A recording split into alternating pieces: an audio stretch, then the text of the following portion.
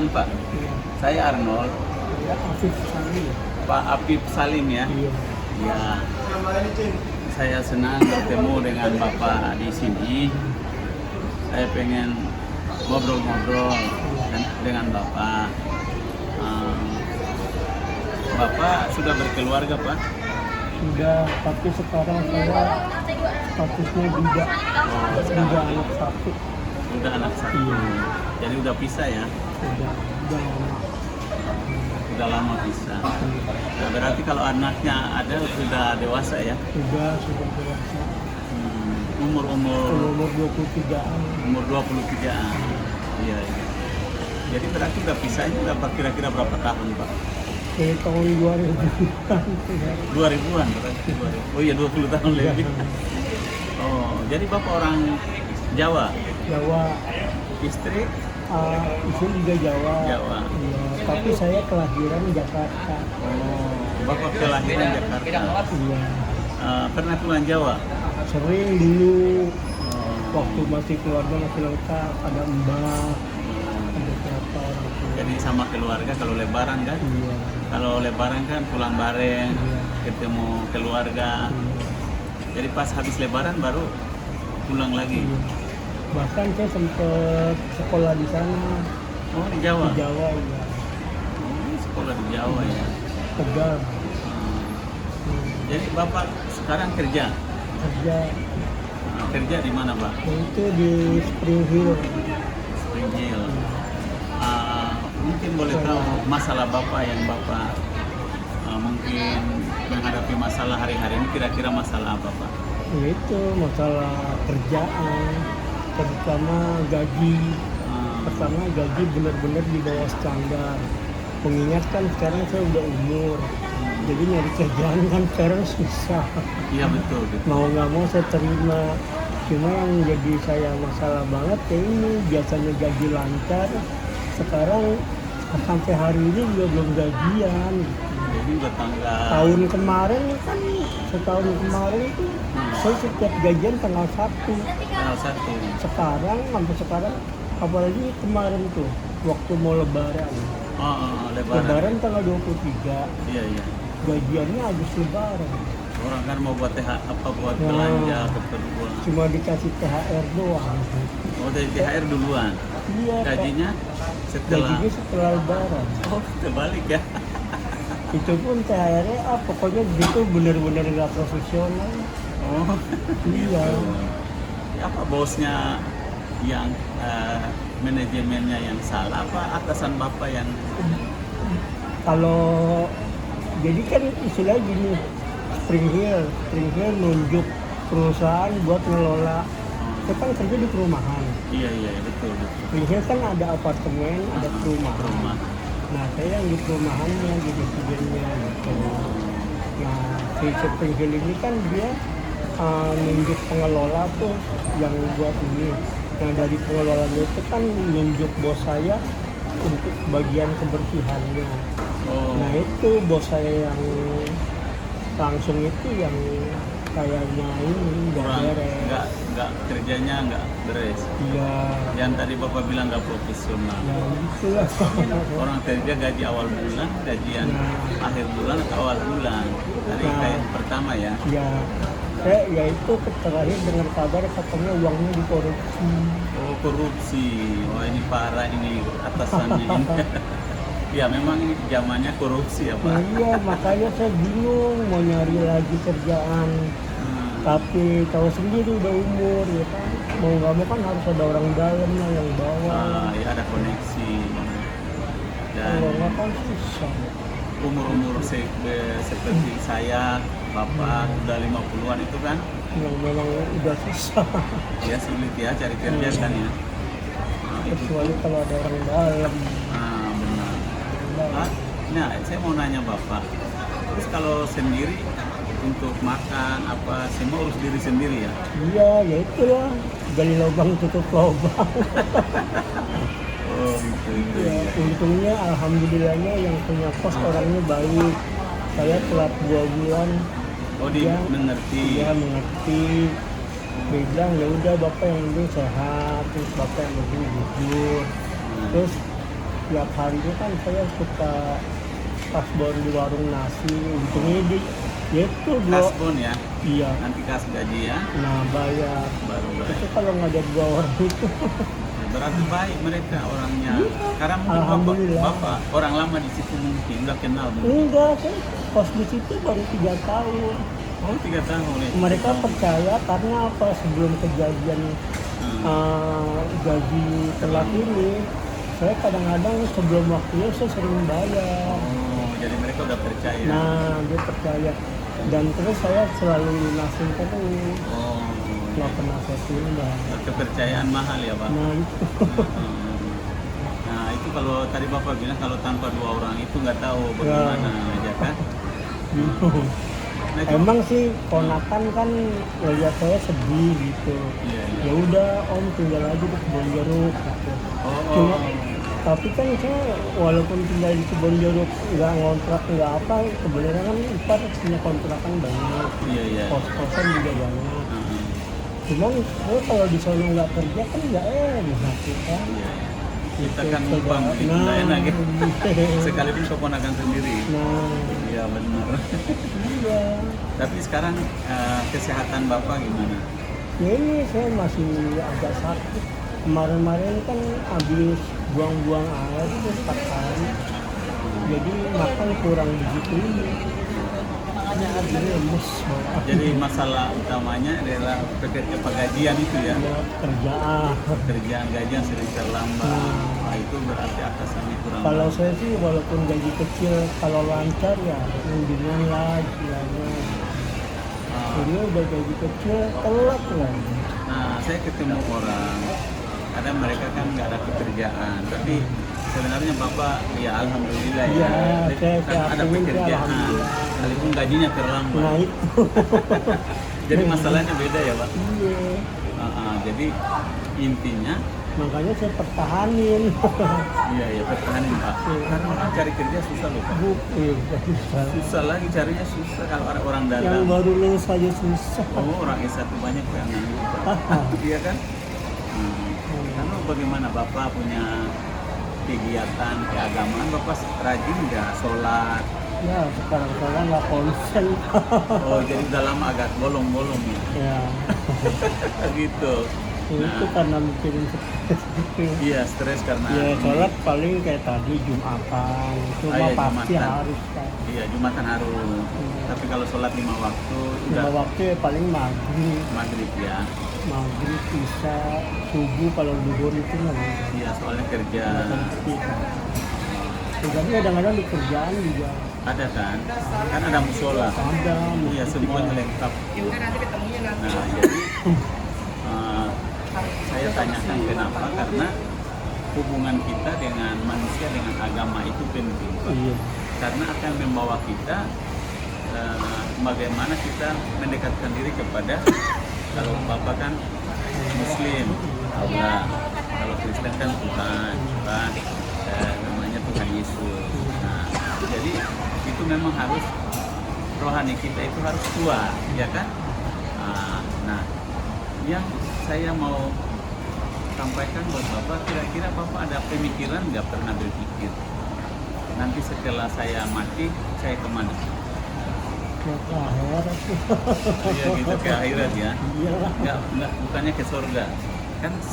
Akhirat kan ada 2 tempat, ya kan? Muslim juga percaya kan ada neraka, ada surga Iya. kan, ya kan? Ya, cuman kan sebelum ke neraka atau ke ini kan ke surga, kalau Islam kan diproses dulu. Jadi proses di itu Padang masyarakat Iya. ini ya. di padang masyarakat, terus di Iya. kan melewati jembatan apa namanya itu, Jatuh Mustaqim. Iya. Jatuh Mustaqim dilewati, terus di situ kalau Tapi sudah kan sebelum itu dia kan kita jadi meninggal itu nggak langsung diproses, nunggu kiamat dulu. ya nunggu hari kiamat kan, akhir zaman namanya kiamat. Masih banyak Kan proses. prosesnya panjang itu. Iya. Nah, jadi kan pas akhir hari kiamat, ya kan, baru di situ nanti dipisahkan. Nah itu. Nanti neraka apa surga itu kan. Ya kalau begitu mah Nah, iya pasti. Cuman kan sebelum mengarah ke situ tuh banyak. jadi menurut Bapak bagaimana Jadi untuk keselamatan di Muslim atau agama Bapak itu selamat kira-kira buat apa saja? Ya ibadah, sholat, Amal, ya itu pasti ya. sholat, amal, baca Quran. Kan kalau di Bapak rajin nggak baca Qurannya? dulu ya, Oh sekarang nggak. ya itu pokoknya lagi Karena masalah pusing itu. ini ya. Lagi. Pokoknya semenjak COVID deh. Kan Oh kan saya COVID. COVID sempat nganggur. Dulu mah waktu kerja enak juga kita mau sholat juga enak. Iya, jadi saya masuk ke sana karena Bapak kan bicara tentang masalah. Nah masalah ini berkaitan dengan hubungan Bapak dengan Allah, ya kan? Hubungan Bapak dengan Tuhan, pencipta langit bumi. Ini persoalan. Jadi bagaimana kita bisa semuanya bisa lancar, bisa baik kalau hubungan kita dengan yang di atas itu kurang bagus. Nah jadi harus perbaiki hubungannya. Nah di dalam iman saya, iman Kristen, biar Bapak bisa kita saling Iya, berpikir. sharing. Kita sharing Pak, dalam iman Kristen kalau kita keselamatan itu tidak bisa dilakukan oleh manusia karena manusia adalah manusia berdosa. Jadi manusia pertama jatuh dalam dosa, semua orang berdosa. Tidak ada manusia yang tidak ada dosa. Akibatnya dosa itu semua orang mati. Nah, karena dosa manusia mati. Tetapi ada solusi. Solusi jalan keluarnya apa? Jalan keluarnya dulu zaman perjanjian lama atau zaman dulu orang kan pakai korban kayak agama Yahudi, pakai korban kan, korban darahnya jadi korban menghapus dosa. Nah, tapi di zaman perjanjian baru, kalau dalam Kristen zaman perjanjian baru yaitu zaman Isa Al-Masih, ya Nabi Isa. Ya, kalau agama Muslim bilang Nabi Isa, kalau kita bilang Tuhan Yesus.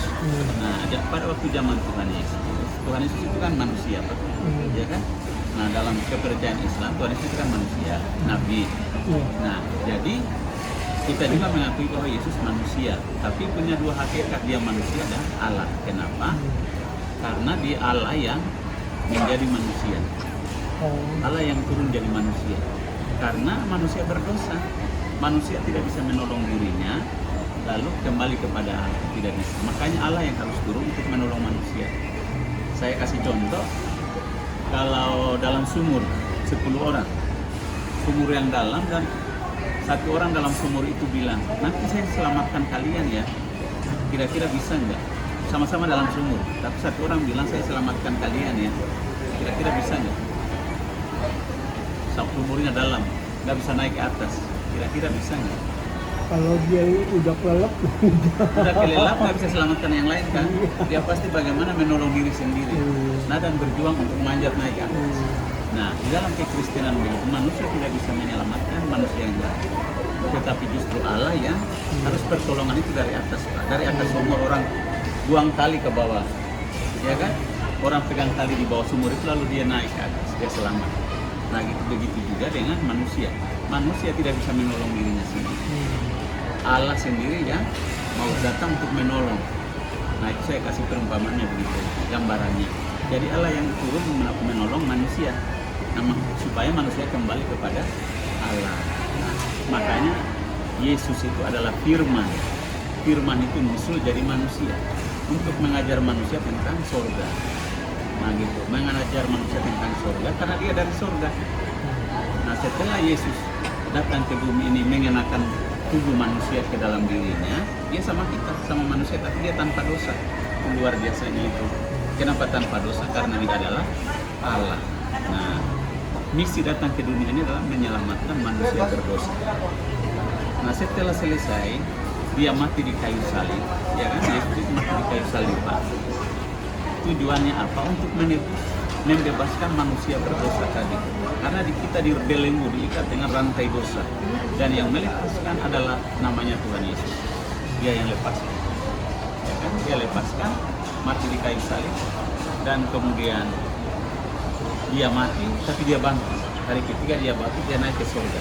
Nanti akhir zaman nanti, dia akan datang lagi untuk menjemput orang, tapi belum menjemput, dia menghakimi dulu akhir zaman. Nah, makanya di Al-Quran dibilang, dia akan datang di akhir zaman untuk menghakimi. Nabi Isa itu kan menghakimi semua orang. Nah itu Nabi Isa itulah Yesus itu. Nah di akhir zaman dia akan datang menghakimi semua orang. Nah itu. Nah jadi solusinya adalah kita waktu hidup menderita, pasti semua manusia punya penderitaan sendiri, masalah sendiri. Tetapi kalau kita sudah percaya yang namanya Yesus, karena dia yang punya surga, dia datang untuk menyampaikan tentang surga, maka dia mati, dia kembali ke surga, dan dia datang untuk membawa orang kembali ke surga lagi. Nah akhir zaman dia yang datang. Nah jadi orang yang percaya kepadanya, dia dapat menerima keselamatan. Selamat dari apa? Selamat dari dosa itu. Keselamatan masuk surga, hidup selama-lamanya. Kalau hidup manusia sekarang kan 70, 80, paling tinggi 90 mungkin ya Pak ya. Nah itu, jadi keselamatan di dalam kekristenan adalah keselamatan yang pasti dan bukan mudah-mudahan. Makanya Yesus bilang begini, akulah jalan dan kebenaran dan hidup. Tidak ada seorang pun yang sampai kepada Allah, kepada Bapa, kalau tidak melalui Yesus. Jadi harus melalui Yesus dan surga. Lalu ada ayat lain yang bilang lagi begini, di bawah kolong langit ini tidak ada nama lain yang diberikan kepada manusia yang olehnya manusia selamat. Berarti hanya satu-satunya nama Yesus. Nah caranya bagaimana percaya? Percaya itu sederhana Pak. Berkata Tuhan Yesus, saya mengundang Tuhan Yesus masuk ke dalam hati saya. Saya percaya kepadamu bahwa Engkau adalah Tuhan dan Juru Selamat. Maka dia akan mengampuni dosa kita. Dan seketika itu kita percaya keselamatan sudah tersedia buat kita. Nah itu. Jadi waktu kita sudah diselamatkan, kita berbuat baik. Kita berbuat semua yang baik ya, karena Tuhan akan menuntun kita di dalam kekristenan begitu Pak. Jadi agak berbeda dengan kepercayaan Bapak, bedanya di sana saja. Ya. Nah jadi dalam hal ini saya menyampaikan kabar baik ini buat Bapak sendirian, ya Bapak juga berdoa. Kita masing-masing berdoa, tapi saya juga mendoakan Bapak. Kiranya Bapak sehat, Bapak pekerjaan yang bermasalah ini, pekerjaan tidak bermasalah tapi bos yang sengaja menahan gaji karyawan sehingga pertengahan bulan, hampir pertengahan pun belum gajian, supaya dia diobatkan sama Tuhan. Dia sadar bahwa ini milik hak mereka untuk menerima, tapi kenapa ditahan? Nah jadi dosanya itu dia tanggung. Nah bosnya, bos atasnya enggak, tapi yang atasan Bapak ini yang salah kan? Nah begitu Pak. Jadi terima kasih banyak bisa berdialog. Kiranya Bapak selalu sehat, kita bisa jumpa, dan saya minta nomor Bapak, kita